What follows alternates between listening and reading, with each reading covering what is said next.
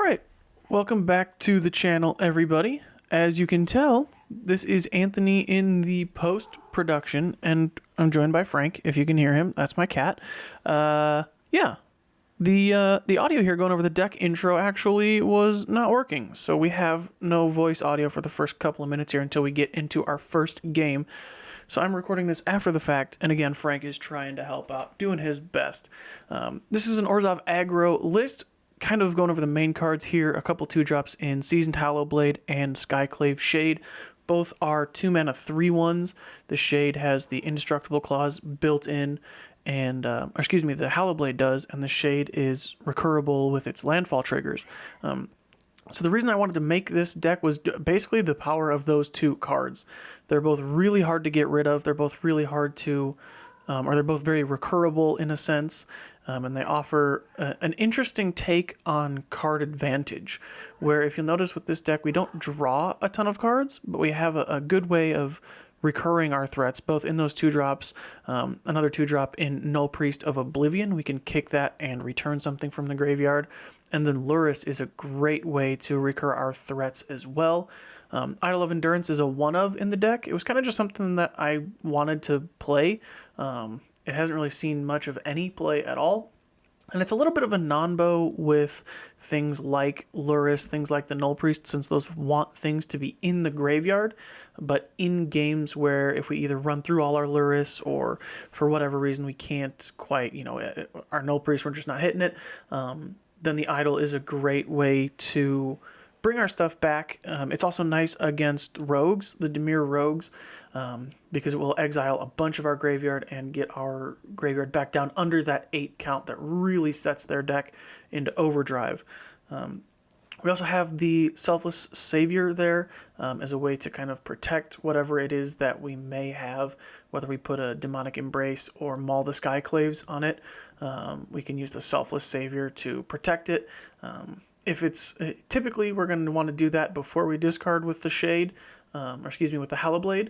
We're going to want to sacrifice the Savior onto the Shade, but really it's just a recurable threat, again with Lurrus, with the Null Priest. It's a way to protect our stuff and keep it even that much harder to deal with for the opponent. As far as actual card draw, there's really not a ton. We have a couple Castle Lochthwains over there in the land slot, and 2 Village Rites as well, just kind of like if we don't have a way to protect it, somebody points a removal spell at one of our threats, we can at least get some cards out of it. And in the sideboard there, you can see I've got a Snapdax. This was something that I ran in the deck and purely just to mutate it. You could run red sources in the mana base if you wanted to ever cast it, but I found it better as just a white, black, and 2 mutate target, and it was awesome. It was really, really fun. I really, really liked it. It just wasn't... It's not quite what the deck was for. It's not quite the main point of the deck, especially with Hallowblade being a human and that being one of our main threats or one of our main cards. We're not able to mutate onto the Hallowblade, and so that kind of made it a little bit more difficult. But yeah, it's a really fun include in the deck. That's the deck. Removal spells are Heartless Act, Hagra Mauling, and the Bloodchief's Thirst. So we are getting into our first game here, so I will throw it over to myself so we can play some actual Magic. This is from the first time that I tried to record this deck. We played 2 games, and they're both pretty good, so I wanted to include them and show you guys the videos. So maybe I'll do some like post-recorded commentary on it. Maybe we'll just throw some music on it, but I do want to at least quick intro the matchups. So this is what looks like a mono-red opponent here. We've got a little bit of a slower hand. We had to start with the tapped black source, but we do have 2 Saviors and 2 Lurrus as well. And Lurrus is a huge card for us in the mono-red matchup. Because of that lifelink, because of that recursion, there's so much that it does for us. It makes it really hard for a mono-red opponent to beat us. We were lucky to rip land off the top there so that we could thirst down the Robber and then drop our Hallowblade. And next turn, I'm going to be very happy if we can throw down a Lurrus and then protect it with the Savior, because it's going to make their attacks very bad. Swinging into a 3/2 lifelinker, pointing a burn spell at it is not going to be great because we have the Selfless Savior. Even swinging in at it with something with, more than 2 or more power, we have the Savior, we can keep it alive, and then we can bring the Savior back with Lurrus. And that is one of, if not the strongest draws that this deck has, honestly. If you can get a Savior out on board with a Lurrus, and then just keep recurring the Savior over and over, keep protecting, whether it be your Hallowblade, your Skyclave Shades, your Lurrus, anything like that, if you can just keep protecting it over and over, giving it indestructible every turn, it's really, really hard to beat. And now we've got 2 Saviors out, so we can even, if we need to, we can protect it on our turn. And then see right here, opponent plays a Bone Crusher Giant, so we can give it indestructible. If for whatever reason they had another spell, if they weren't tapped out, if it was our turn and then it went to their turn, we could just sacrifice the other Savior and give it indestructible again. And right here, we're just going to bring it back again, have 2 Saviors, play the Shade, and it's just so hard for the opponent to really do anything. Kind of a questionable attack here. I'm swinging the Lurrus because I want to gain the life. The Hallowblade is going to be a difficult one for them to block. They do throw it in front of the Savior, so I will just let it go. I swung that thinking that they would try and block something else, and maybe we could just get in a free point of damage. But we do sacrifice it and give the Hallowblade indestructible there, throw down our Shade, and now we have another Savior to protect anything that we need. The Hallowblade has the built-in protection or the built-in indestructible, the built-in indestructibility. I can discard the other Lurrus and give the Hallowblade indestructible. And this was surprising to me right here. I was not expecting the full swing from the opponent. Pumping the champions is really good. I understand why they would want to do that, but to leave back only 1 blocker when I'm going to be swinging 10 next turn and they're at 9 was questionable, to say the least, to me. Right here it was a misplay. I should have waited to play the land in case they did block the Shade, because it is a 3/1. They have a 1/1 blocker, which it looks like they are going to do, yeah. So that was a mistake. You can't hear it, but I recognized that when I did that. I was like, oh shoot, I should have waited. But that's just lack of being a good player. for lack of a better term, that's just not being a good player. So I did throw down a Shade there, or excuse me, a Savior.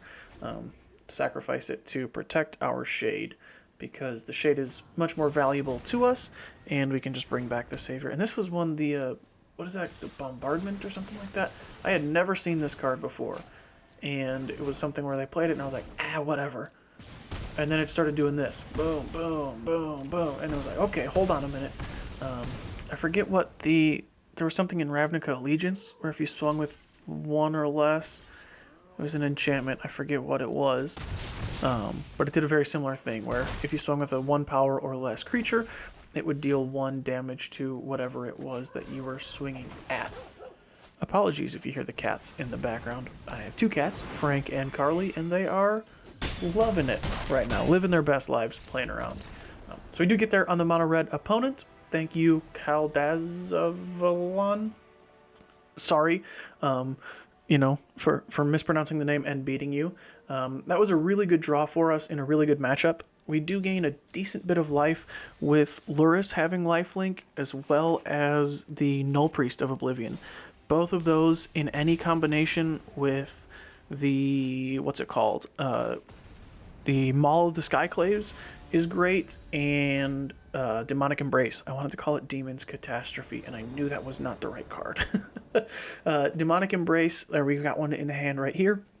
Demonic Embrace onto a Null Priest of Oblivion is really, really strong. It gives us a 5-power lifelink Menace Flyer. If we hit once, then we can pay the 3 life no problem. If we hit twice, now it's just, a 20-point life swing in our favor is really, really strong. Null Priest is one that when Zendikar Rising came out, I was looking at it and thought, man, that's a great card. That looks really cool.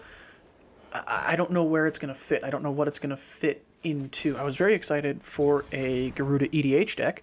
I loved it for that. But for Standard and Historic, it was thinking like, man, where is it going to fit? And I think this is a really good spot for it, because right now, as a 2-drop, it's fine. A 2-mana, 2/1 lifelink Menace is more than playable, and the kicker upside as just another way to recur any of the things from our graveyard that we have is really strong. Like I said in the intro, this deck doesn't have a ton of card draw. It's more about card advantage, if that makes sense. Card advantage being able to just play our spells over and over again, play them, get it onto the battlefield, or if it's a spell, we get it into the graveyard, and then we can get things back. We don't get our spells back, really, but we just pretty much all of our creatures, aside from Lurrus, which is one of our card advantage engines, aside from that, Rankle and the single Murderous Rider are like the only things that we can't get back, and that's honestly fine. Those are kind of like, Rankle is a hasty threat. We kind of want to play that and win the game the turn that we play it, if that makes sense. And Murderous Rider is more of just a body that gains us some life. It's more of like a if we're behind card, we can kill a big thing, throw it down, have a life linking blocker. It'll go back in our library, so it's got its own form of card advantage built in, but it goes to the bottom. You're probably not going to see it again. I don't think we have any ways to shuffle the deck once we play it. There's no Fabled Passages or anything like that. With it being only a 1 of, I didn't think that was very necessary, honestly. If we draw the Murderous Rider, being able to kill something and then just play it once is all we need. We have plenty of other removal, like you see with Heartless Act, Bloodchief's Thirst, things like that. But the card advantage of this list is really where it shines. We don't need to be drawing a ton of cards. We've got Castle Lochthwains. There's 2 of them in the deck, both of them ironically on the board, as we are stuck on lands. That's kind of a good late game thing for us, because once we get to the point where we want to be drawing that anyways, we've probably emptied most of our hand. We're probably going to be recurring things with Lurrus at that point with the Idol of Endurance, and so it'll just be, we'll only be losing 1, maybe 2 life every time we draw a card. But as you can see with the Null Priest, throw the Embrace on it, and boom, we're up to 24 now against an aggressive white deck.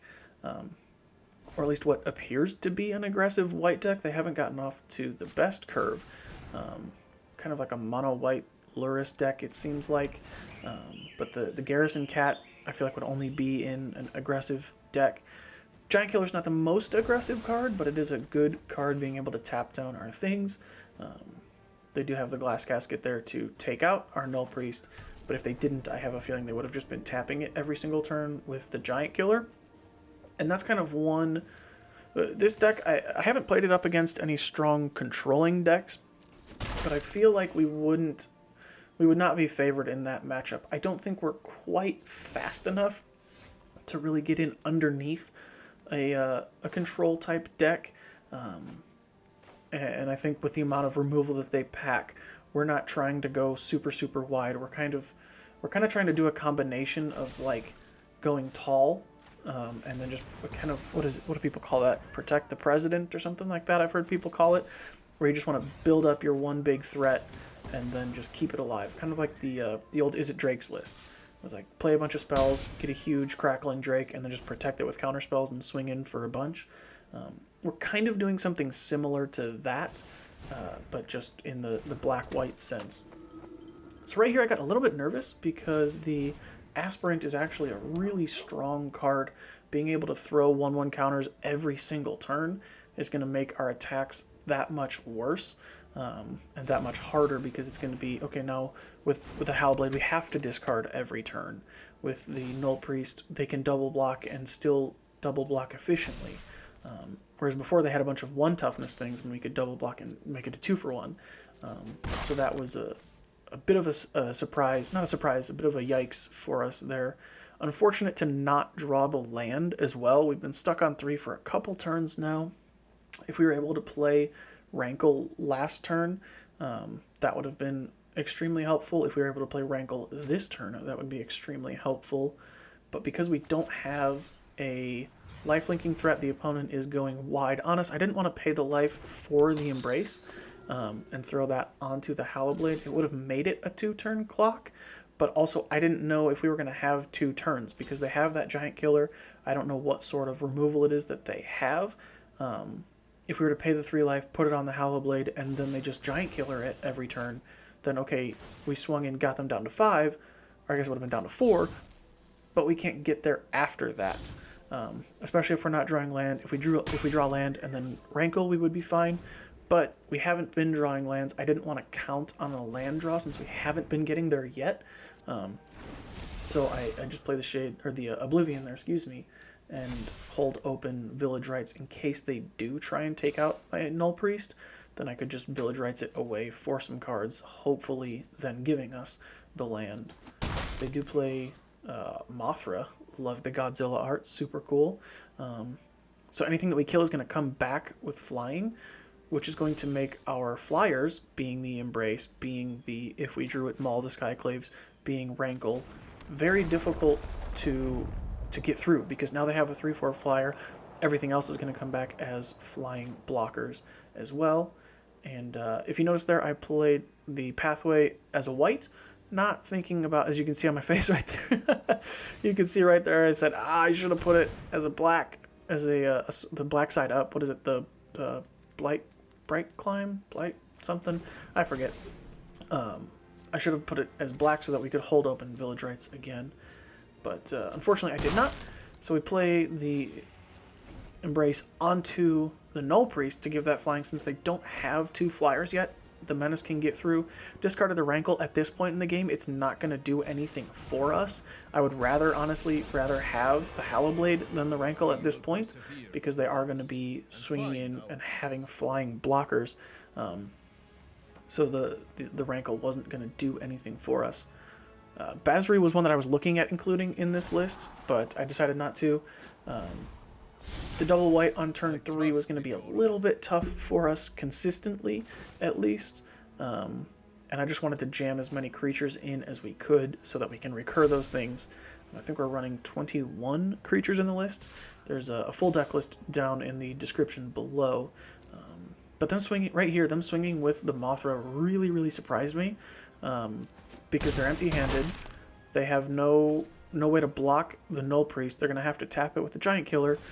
But if we draw one of those, there's nothing they can do about it. So we put them all on the Hallowblade. We're going to have 2 flyers. Only 1 creature are they able to tap down. Both of them are going to have more than 5 power. And unfortunately for the opponent, we're going to have GG's there. So I'm going to throw it back to another game of real commentary. We will see what Gavili? Not quite sure. Yeah, we'll go... Yeah, we'll take this. And we've got everything we want. We've got one of our 2-drops, we've got a 3-drop equipment, and we've got lures to bring stuff back. I'll just drop the castle first, just to get it down. So they're playing Golgari Yorion? Question mark? Adzan, maybe? Sultai? I have not seen a Golgari-based Yorion list yet, so we'll see what they've got for us here.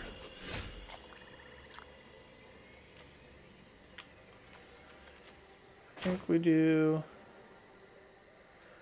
go with white, so we can bring back our Shade and also a Savior. Yeah, that's fine. Savior into another Shade. Pass the turn. Very interested to see what the opponent's playing. I'm guessing Sultai? Or maybe Yorion's just there to throw us for a loop? Maybe they don't play it? There we go. So it is Sultai. Probably Ramp, probably Ugin in a couple of turns, so we've got to get to the beats. So they're at 4, they're going to be at 5. Next turn will be 6, so we've got 3 turns, right? Yep, nothing we can do about that. Get another land. Oh shoot, I can't. Darn it, darn it, darn it. Oh, I can't play the Embrace either. Yikeroonies. I want white, white, black. Like that. And we'll just get in for 3 here. Should have played one of those pathways as a swamp. Or 4 black, I guess, since they're not technically swamps, but hindsight is 20/20. Unfortunate little whoopsie-doo on my part there. So, if we draw a swamp, we can kick our Blood Chiefs thirst, otherwise just Demonic Embrace on something. Okay, that's not a swamp, but that's alright. So let's just do that. See what they got for us. Yep. Do that. Back to the Savior.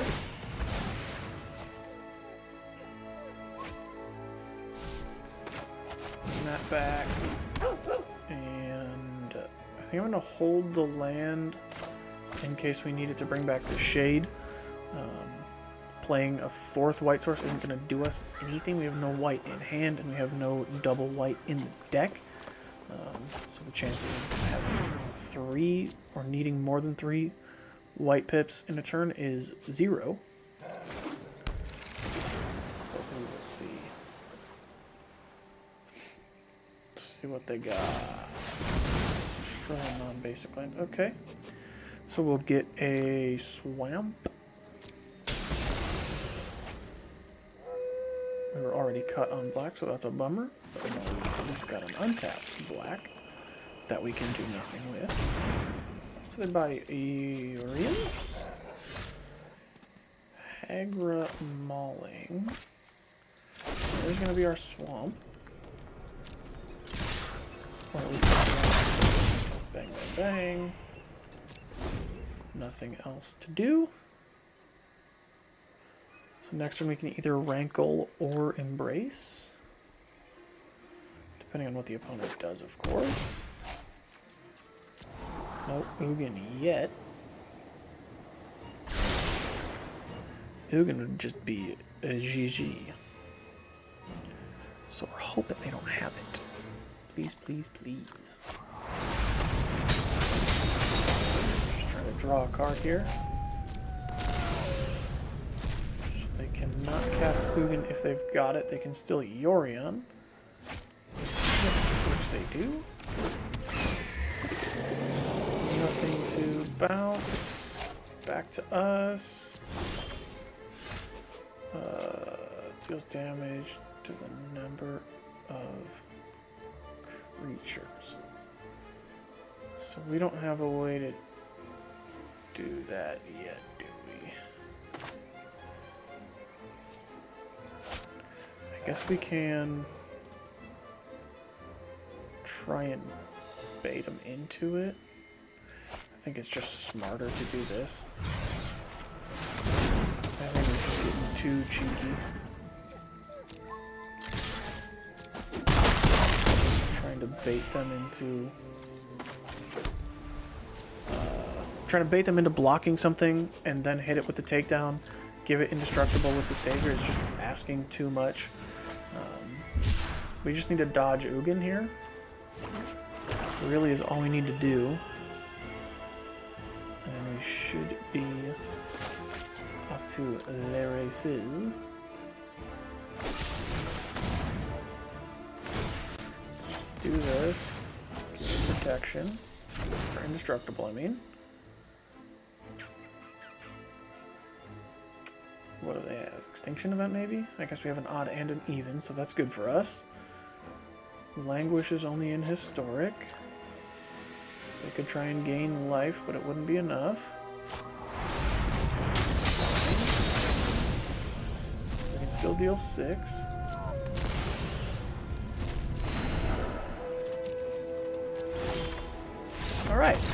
So we got there. We got one of them at least. Interesting little Sultai Yorion there. Haven't seen that before. But yeah, that's the deck. It's kind of a fun little black-white aggro list. Like I said, built around those two drops. I really like it. I've been having a lot of fun. Didn't have success with the first game, and didn't have success with recording the intros. But that is 100% an Anthony mistake. And like I said, the, what's it called, Snapdax is a fun little curve topper there if you're looking to try it out. If you're new around here, hit that subscribe, and we'll see you next time.